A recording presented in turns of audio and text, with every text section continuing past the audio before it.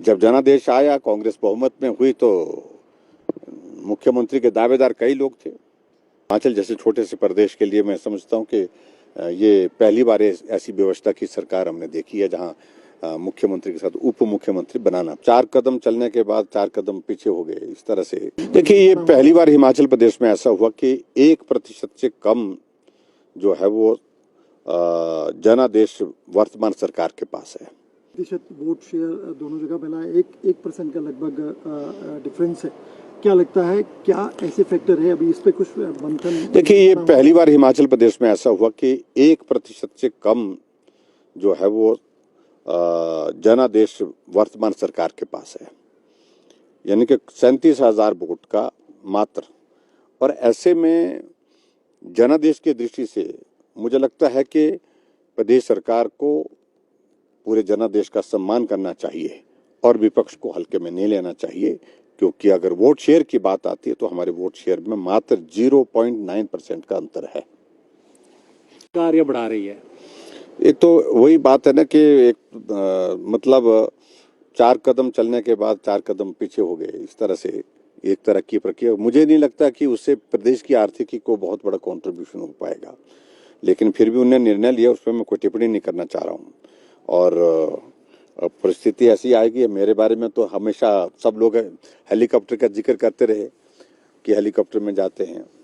अब हमारे लिए ये भी देखने को मिल रहा है कि अब उप मुख्यमंत्री को छोड़ करके आते हैं, फिर मुख्यमंत्री को लेने के लिए आते हैं, फिर मुख्यमंत्री को छोड़ के आते हैं, फिर उप मुख्यमंत्री को लेने के लिए जाते हैं। या तो मुझे लगता है कि शायद हेलीकॉप्टर 2 लेने पड़ेंगे हिमाचल प्रदेश में, ऐसी परिस्थिति बन जाएगी। कहीं तीसरा उप मुख्यमंत्री बन गया तो 3 लेने पड़ेंगे। तो ऐसी सारी चीज़ों को लेकर के मैंने 5 वर्ष तक बहुत सुना है। मैं अभी जल्दी में कुछ कहना नहीं चाह रहा हूँ। जहाँ बात कही जा रही है कि हम जनता के पैसे को बचाना चाहते हैं, यानी कि फिजूल खर्ची को रोकना चाहते हैं, तो फिजूल खर्ची इस प्रकार से तो नहीं हो सकती है कम, जिस प्रकार की सारी चीजें घटित हो रही हैं। भाजपा विधायक दल की बैठक कब तक है? वहां पर उनके सामने राजनीतिक परिस्थिति है, व्यवस्था है। वो हिमाचल जैसे छोटे से प्रदेश के लिए मैं समझता हूँ कि ये पहली बार ऐसी व्यवस्था की सरकार हमने देखी है जहां मुख्यमंत्री के साथ उप मुख्यमंत्री बनाना पड़ा। सर, विधायक दल की कब तक बैठक होगी भाजपा की? और बहुत जल्दी करेंगे। पार्टी का निर्णय, हमारी चीजें सेटल्ड होती हैं, उसमें कोई किसी तरह की कोई आपत्ति, किसी तरह की कोई दिक्कत नहीं होती है। अभी विधानसभा का सत्र शुरू होने से पहले विधायक दल की बैठक होगी और उस पर बैठक में चर्चा करके कि अभी जो सत्र है उसमें देरी हो सकती है, महीने के आखिर में हो सकता है या जनवरी तक जा सकता है। आपको क्या लगता है? मुझे मालूम नहीं कि अब देरी की वजह होनी चाहिए। मेरा तो मानना यह है कि सत्र होना चाहिए और जो विधायक चुने हैं चुन करके उनको शपथ होनी चाहिए, ताकि एक नॉर्मल जो विधायक की फंक्शनिंग जो है वो शुरुआत हो जाए।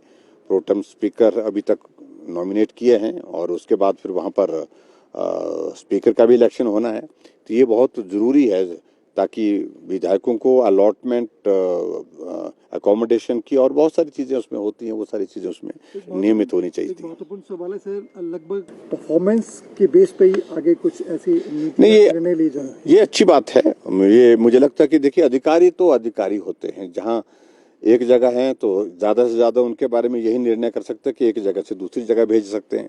आखिरकार काम करने वाले लोग वही होते हैं और हमने भी पुराने अधिकारियों से काम लिया है और वर्तमान में जो अधिकारी जहाँ जहाँ पोस्टिंग है ट्रांसफ़र उनकी की जा सकती है। वो एक नॉर्मल एक प्रोसेस होती है, लेकिन फिर भी उसके बावजूद अगर वहाँ पर उनने ऐसा कहा है कि हम उनको काम जो दिया गया है उस पर परफॉर्मेंस देखेंगे, मुझे लगता है कि ये अच्छा कदम है उनका और काम करने का अवसर देना चाहिए अधिकारियों को। अगर अच्छा काम करते तो उनको रिवार्ड भी करना चाहिए। सर, ओपीएस के मुद्दे को लेकर कैबिनेट नहीं बन पाई है, क्या लगता है सर आपको? देखिए, ये कैबिनेट तो अभी तक नहीं बन पाई, लेकिन जो विधायक बने थे उनमें से तो कोई कैबिनेट मंत्री नहीं बन पाया। लेकिन मैंने इस बात को जरूर देखा कि 3 लोग कोई नॉमिनेट किए गए, उनको कैबिनेट का दर्जा दे दिया गया है। शायद उनसे ही वो कैबिनेट का संचालन करने की दिशा में आगे बढ़ रहे हैं। तो फिर भी मुझे उस पर कुछ नहीं कहना है, वो अधिकार उनका है। लेकिन इतना मैं जरूर कहना चाहता हूँ कि ये सरकार की शुरुआत कैसे हुई है, बनी कैसे है। जब जनादेश आया, कांग्रेस बहुमत में हुई तो मुख्यमंत्री के दावेदार कई लोग थे। धक्का मुक्की, नारेबाजी इस दौर में से बनी है। और अभी तक भी चीज़ें शांत नहीं है। लोग अपने अपनी इसकी तलाश में हैं, कहाँ से क्या चीज़ हो। और हिमाचल प्रदेश में ऐसी परिस्थिति में जब नेतृत्व पर उन सब लोगों की जो है वो सहमति नहीं बन पाई, उस प्रकार से सरकार का गठन हुआ है और चीज़ों को शांत करने के लिए उप मुख्यमंत्री भी बनाए गए हिमाचल जैसे छोटे प्रदेश में, और वो भी पूरे पूरे पूरे प्रोटोकॉल के साथ, पूरे चीफ मिनिस्टर के प्रोटोकॉल के साथ। तो ऐसे में मैं इतना जरूर कहना चाहूँगा कि हिमाचल प्रदेश में सरकार तो बनी है, लेकिन सरकार अभी तक सही मायने में जो है वो नॉर्मल जो फंक्शनिंग है उसमें वक्त लगेगा उसमें करने के लिए, वो करने की स्थिति में हो नहीं पा रही है, क्योंकि कैबिनेट का अभी तक गठन ही नहीं हो पाया है।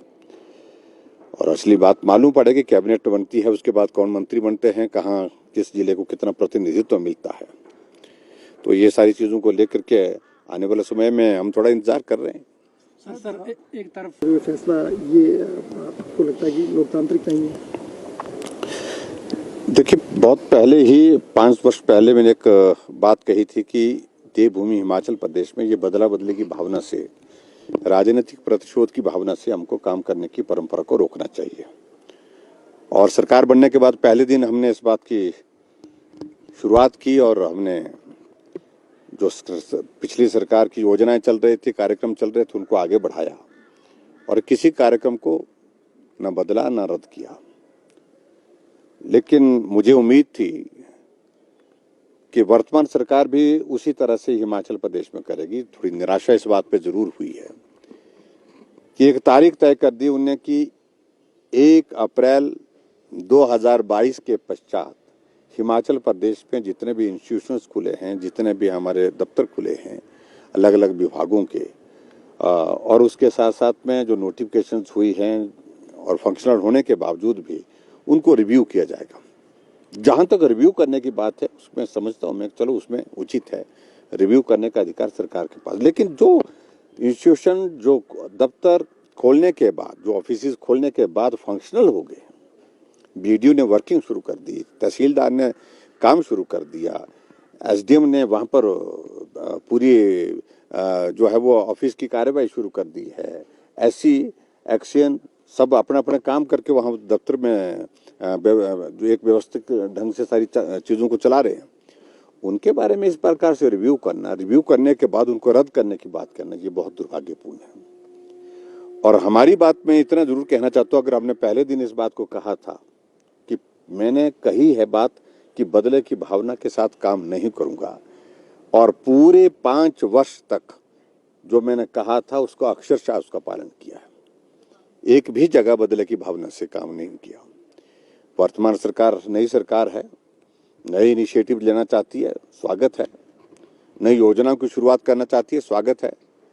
लेकिन जो चली हुई योजनाएं, चले हुए हमारे दफ्तर, हमारे ऑफिसेज और सारे इंस्टीट्यूशंस हैं, उनको बंद करने की भावना अगर मन में है तो स्वाभाविक रूप से एक बात बड़ी स्पष्ट हो जाती है कि सरकार बदले की भावना की दिशा में आगे बढ़ रही है।